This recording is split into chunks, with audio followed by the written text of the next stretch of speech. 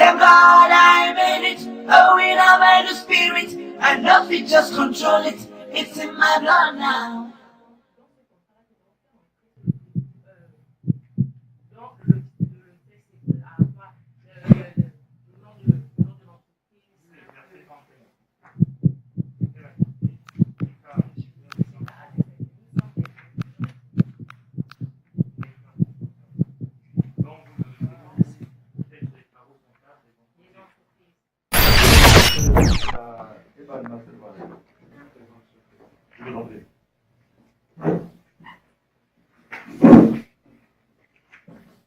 Le régime juridique du contrat d'engagement à l'essai. Vous avez là, c'est écrit, et on fait le football, le centre d'amitié. Je vous demande de façon synthétique, parce que c'est des questions fondamentales pour nous. Monsieur le Président du jury, Monsieur l'assesseur, auguste assemblée, bonsoir.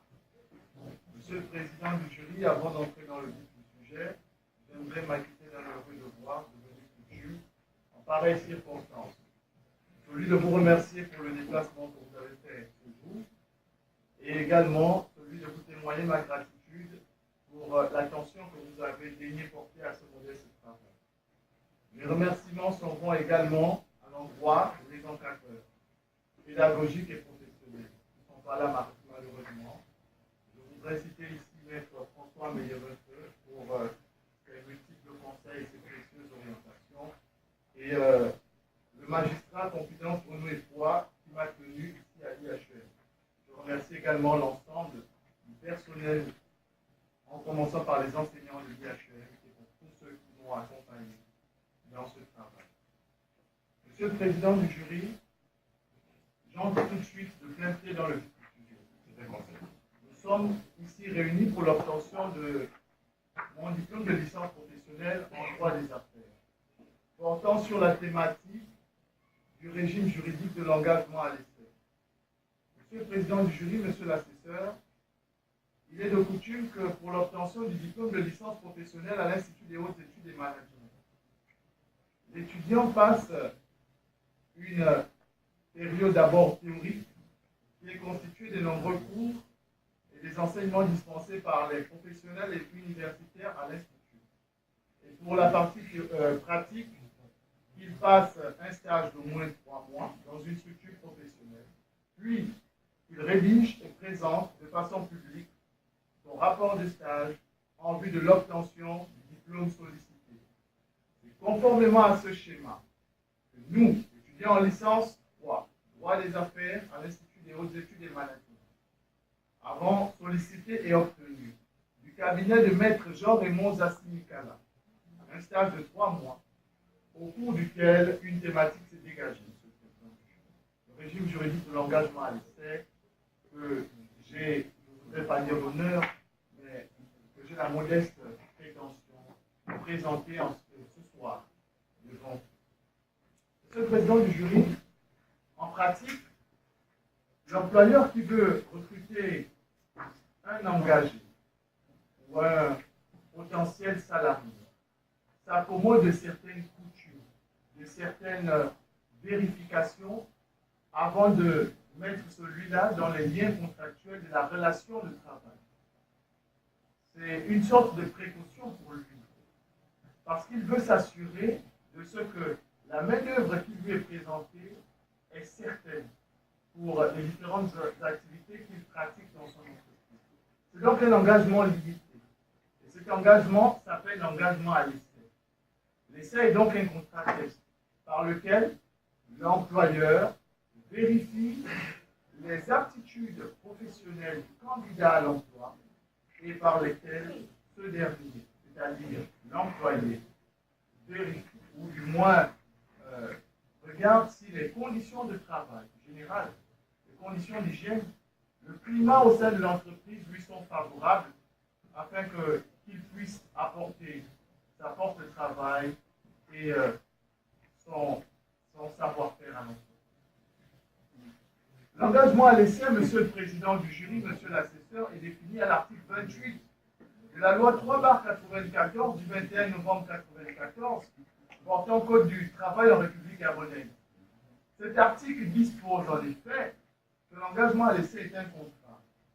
Un contrat qui préfigure un engagement définitif et un contrat qui a pour but, comme je le disais d'entrée de jeu, pour l'employeur de vérifier, de s'assurer des capacités professionnelles et de jauger surtout le comportement du salarié et au salarié d'apprécier les conditions générales de travail, qu'elles soient liées à sa rémunération ou au climat de l'emploi. Monsieur le Président, je voudrais vous dire ici que l'engagement à l'essai se confond parfois avec des notions voisines telles que le contrat d'apprentissage, le stage, ou parfois même, et c'est un peu choquant, mais c'est avec le CDD, contrat à durée déterminée. Pour éviter tout risque de chevauchement d'une notion à une autre, nous avons tenu à signaler, à préciser, à signifier à votre haute personnalité ici, d'entrée de jeu, que nous n'aborderons au cours de cette période intellectuelle de la notion ici. Zassi Mikala a été fondé par Maître Jean-Raymond Zassi Mikala, avocat au barreau du Gabon. Ce dernier est avocat au barreau du Gabon depuis 1982. Et c'est en 1982 qu'il fonda le cabinet qui porte son nom, le cabinet du Maître Jean-Raymond Zassi Mikala. Le cabinet compte 4 avocats, c'est un cabinet généraliste. Monsieur, allez à l'essentiel. D'accord. Sinon, vous allez faire l'historique. Allez à l'essentiel. Je saute dans toute cette partie pour répondre aux sollicitations du jury. Et je vais directement aux tâches effectuées. Même après les tâches effectuées. Monsieur le Président du jury, me permettez-vous d'entrer, s'il vous plaît, de plein pied dans la partie 2 de notre sujet. L'engagement du juridique. C'est ce que je vous demande. Merci, Monsieur le Président, de cette façon dans la partie 2 de mon sujet. Le régime juridique de l'engagement à l'essai. Nous allons donc commencer par le chapitre 3, puisqu'on a sauté les étapes. Chapitre 3, le régime juridique de l'engagement à l'essai, un régime juridique théoriquement suffisant. Dans cette partie, il s'agira pour nous de présenter, la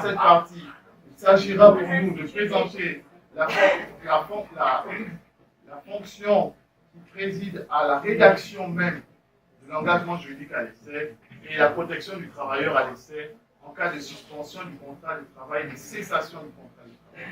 Monsieur le Président, le régime juridique de l'engagement à l'essai, un régime juridique, c'est un ensemble de règles, de textes, de lois applicables à une personne, à une activité ou à une chose quelle qu'elle soit. L'engagement à l'essai est défini à l'article 28 du Code du travail, 3/94 du 21 novembre 1994. Engagement limité qui permet à l'employeur de tester les capacités professionnelles et de jauger le comportement du candidat à l'emploi et qui permet à l'employé, ou du moins au futur employé, de s'assurer de ce que les conditions de travail, les conditions d'hygiène et de sécurité sont appréciables ou sont à son goût. Monsieur le Président du jury, dans le chapitre 3, nous avons présenté la théorie. Nous avons montré, ou démontré, c'est selon, que le régime juridique de l'engagement à l'essai est suffisamment fourni. D'une part, parce que l'engagement à l'essai doit être obligatoirement écrit. C'est une règle de droit public, d'ordre public, qui n'est insusceptible d'aucune injonction contraire. C'est l'engagement à l'essai doit être écrit, et c'est parce qu'il est écrit que ce contrat protège le travailleur. Et lorsque ce contrat n'est pas écrit, la jurisprudence, celle du tribunal social du 8 janvier 1998, précise en effet que lorsque ce contrat n'est pas écrit, l'engagement juridique à l'essai non écrit équivaut à un contrat à durée indéterminée qui produit des effets juridiques. C'est-à-dire que c'est un contrat qui fait en sorte que l'employé ne puisse plus être licencié selon la procédure de droit commun, mais selon une procédure spéciale. Monsieur le Président, c'est une disposition qui précise que c'est à peine de nullité de l'acte, à peine de nullité. Et les mots ont leur sens. C'est-à-dire que si l'engagement juridique à l'essai n'est pas écrit, l'engagement à l'essai tombe et nous entrons par un processus de novation dans un contrat de vie. Monsieur le Président, l'employé à l'essai est également protégé dans le cas de la suspension et de la cessation de son contrat de travail. En cas de suspension, que ce soit pour une maladie professionnelle, que ce soit pour un accident de travail, un congé maternité, l'employé à l'essai préserve les mêmes droits acquis en période normale et préserve les mêmes droits qu'un employé à contrat à durée indéterminée. Monsieur le Président du jury, il faut dire que l'engagement à l'essai est un contrat qui peut également être un contrat d'usage. Le régime juridique est lui-même éloquent, en ce sens qu'il protège aussi le statut du travaillé, de l'engagé à l'essai. Pourquoi? Je le dis parce que, Monsieur le Président du jury, l'engagé à l'essai ne peut être classé dans une situation ou dans une catégorie professionnelle qui n'est pas celle pour laquelle il prétend à l'emploi. C'est l'article 30 du Code du travail qui doit être classé dans la catégorie professionnelle pour laquelle il postule. Et l'engagé à l'essai doit être rémunéré conformément soit au point commun des conventions collectives, soit à ce qui a fait en sorte qu'il soit engagé dans l'entreprise. Monsieur le Président du jury, le statut juridique de l'employé à l'essai, sa protection en cas de suspension du contrat de travail, puisqu'il ne peut pas être licencié par l'employé. Faute pour l'employé, s'il licencie l'engagé à l'essai en cas de suspension du travail, de rupture abusive du lien contractuel. Ce régime évocateur et qui peut être flatteur à certains égards est tout de même remis en cause par la pratique. Et c'est dans la pratique que nous entrons le plein pied dans notre chapitre 3, un régime juridique défaillant en pratique. Monsieur le Président du jury, dans cette partie, il est question pour nous, d'évoquer les limites à la fois juridiques de l'engagement à l'essai, mais encore les limites extra-juridiques de l'engagement à l'essai, et dans une optique de progression scientifique, de présenter quelques suggestions. Les limites juridiques de l'engagement à l'essai. Monsieur le Président, l'article 45 du Code du travail précise en effet que l'engagement juridique à l'essai peut être résilié à tout moment, sans préavis, sans indemnité et sans obligation de motivation par la partie qui prend l'initiative de la rupture. C'est une situation précaire dans laquelle est plongé l'engagé à l'essai, puisque du jour au lendemain, il peut voir son engagement être résilié. Il peut ne pas recevoir d'indemnité pour rupture du contrat. Il peut ne pas recevoir de la part de son employeur une raison de motivation qui sous-tend ou qui viendrait sous-tendre la rupture du contrat de travail. Mais également, Monsieur le Président, ce ne sont pas, voudrais-je dire, les seuls éléments qui, permettez-moi l'expression, qui cassent le pied alors au régime juridique de l'engagement. En effet, l'engagement juridique à l'essai, le régime juridique de l'engagement à l'essai, connaît des insuffisances sur le plan extra-juridique. Et là, j'entre de plein pied dans le paragraphe 2, dans lequel j'ai mis un certain nombre d'éléments. Sur le plan psychologique, le législateur, lorsqu'il a repris, je ne voudrais pas dire en intégralité, parce qu'on pourrait peut-être se dire que c'est du mimétisme juridique, les prescriptions du droit français, il n'a pas adapté le droit français qu'il a copié aux réalités sociologiques gabonaises. L'engagement à l'essai crée une insécurité psychologique.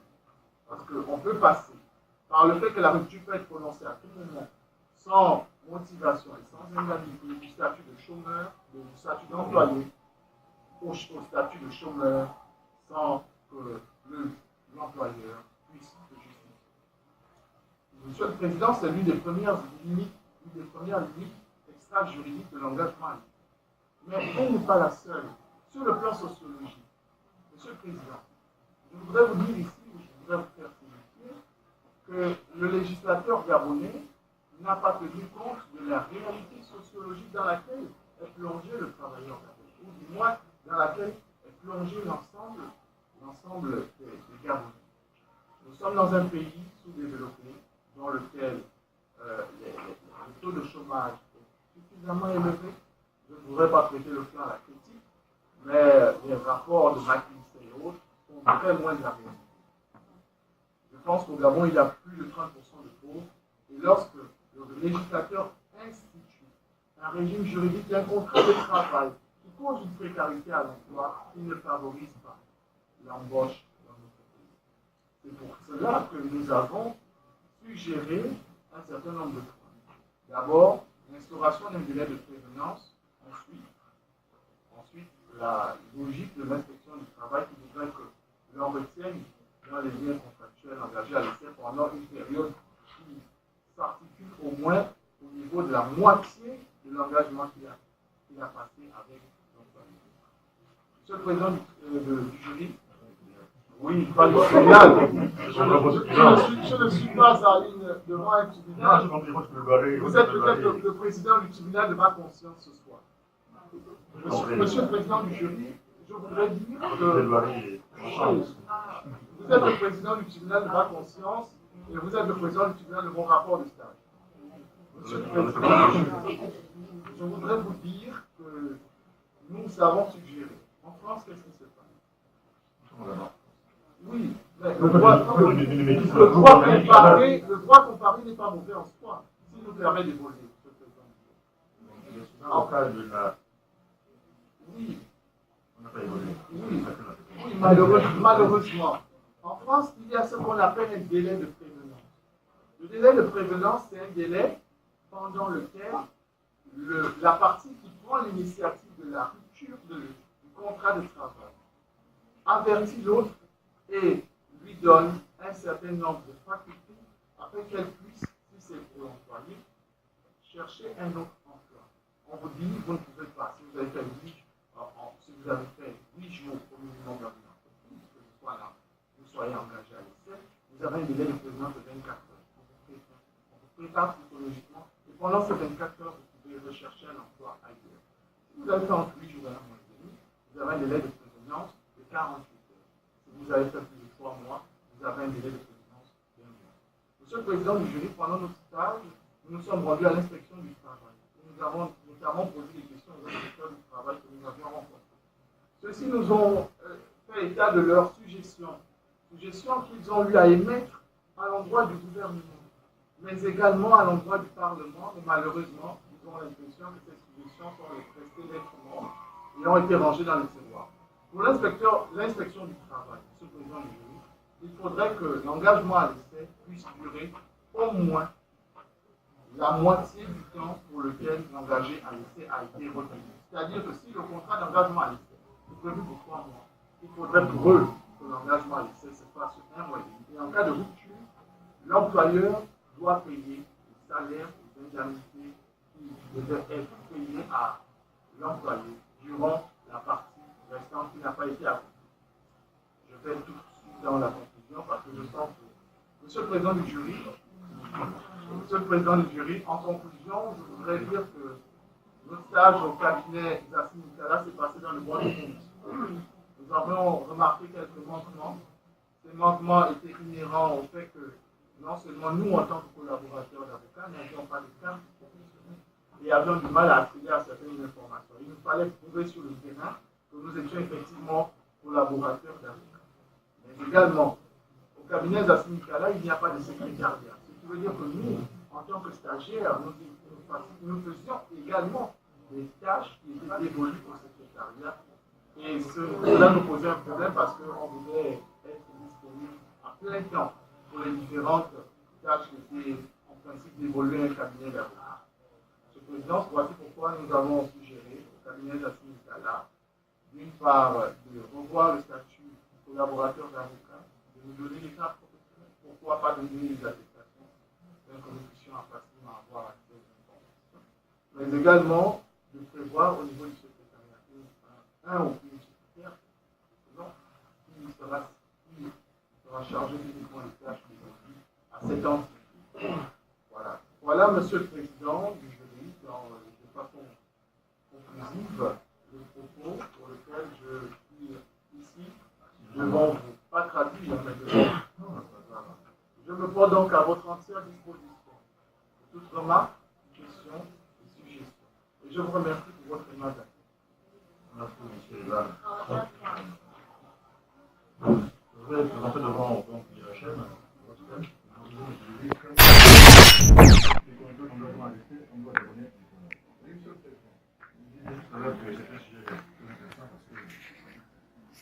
Nos étudiants de deuxième année ne connaissons pas là. On aurait pu faire une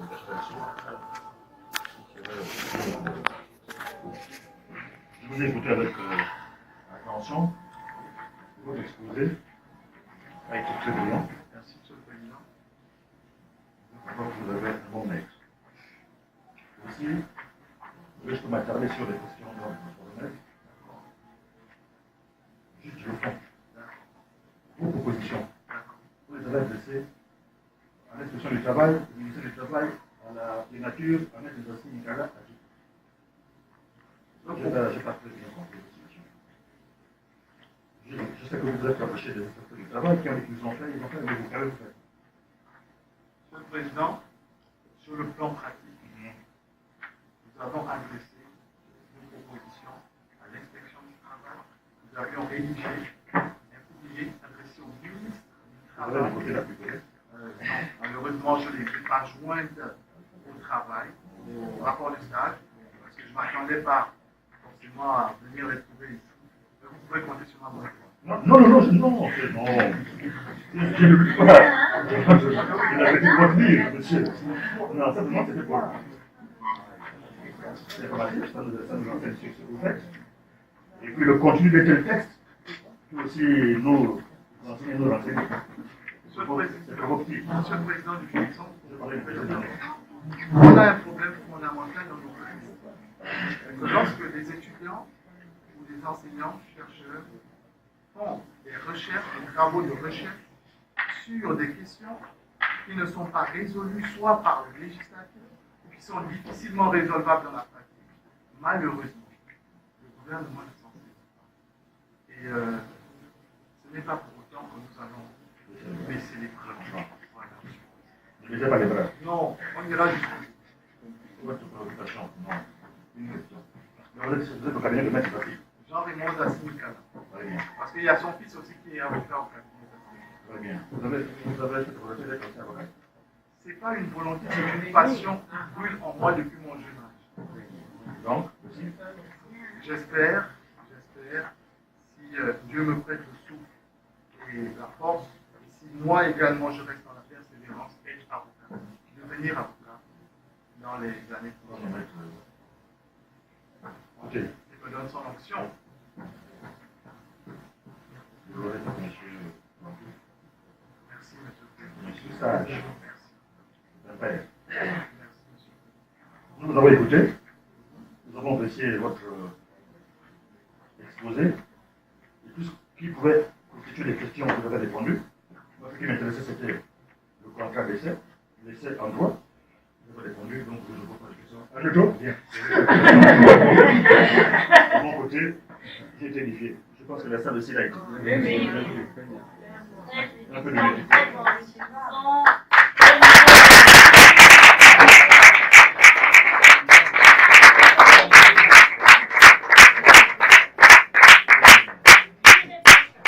Mesdames et messieurs, madame, mademoiselle, on est là, on est là, on est là.